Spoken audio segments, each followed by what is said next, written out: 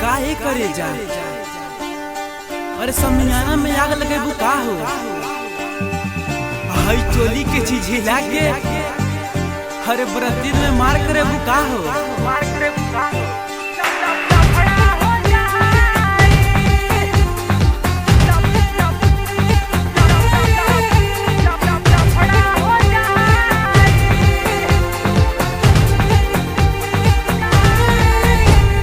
नरम कलाई उमरिया बाकाची, अरे नरम कलाई उमरिया बाकाची, ऐसे जे कमर हिलैबू त बाची। बोला कैसे न सबके मन पगलाई, हंसटे जबे पगोरी आज लफड़ा हो जाई। ऐ बरतिया में गोरी आज लफड़ा हो जाई। अरे नरम कलाई उमरिया बाकाची, ऐसे जे कमर हिलैबू त बाची। बोला कैसे न सबके मन पगलाई, हंसटे जबे पगोरी आज लफड़ा हो जाई। हई बरतिया में गोरी आज लफड़ा हो जाई।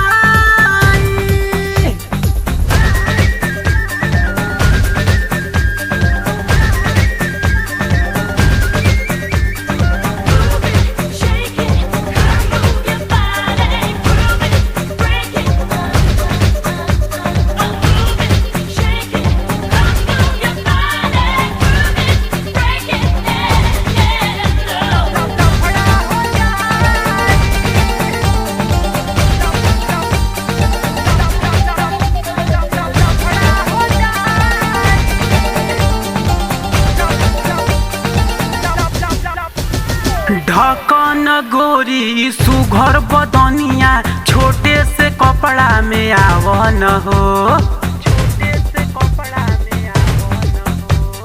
तिरछी नजरिया से कौन खींचला के तू हमरा के ऐसे मुआवन हो। तब बोला कारेट बाटे रतिया बिताई, हंसटे जबे पगोरी आज लफड़ा हो जाई। हई बरतिया में गोरी आज लफड़ा हो जाई। लफड़ा हो जाई, लफड़ा हो जाई, लफड़ा हो जाई।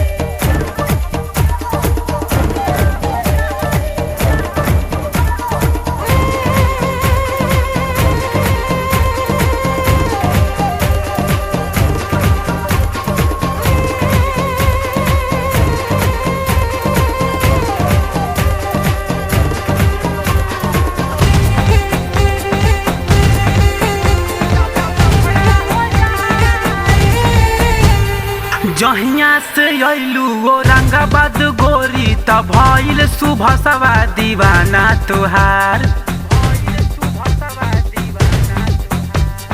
देव बजरिया में अजित के साथे करेला रोजो तोहार इंतजार। बिना तोहरा रानी न हमरो रहाई, हंसटे जबे पगोरी आज लफड़ा हो जाई। हई बरतिया में गोरी आज लफड़ा हो जाई। नरम कलाई उमरिया बाकाची, ऐसे जे कमर हिलैबू त बाची। बोला कैसे न सबके मन पगलाई, हंसटे जबे पगोरी आज लफड़ा हो जाई। हई बरतिया में गोरी आज लफड़ा हो जाई। हंसटे जबे पगोरी आज लफड़ा हो जाई। हई बरतिया में गोरी आज लफड़ा हो जाई। हरे बरती में मार करे बुका हो।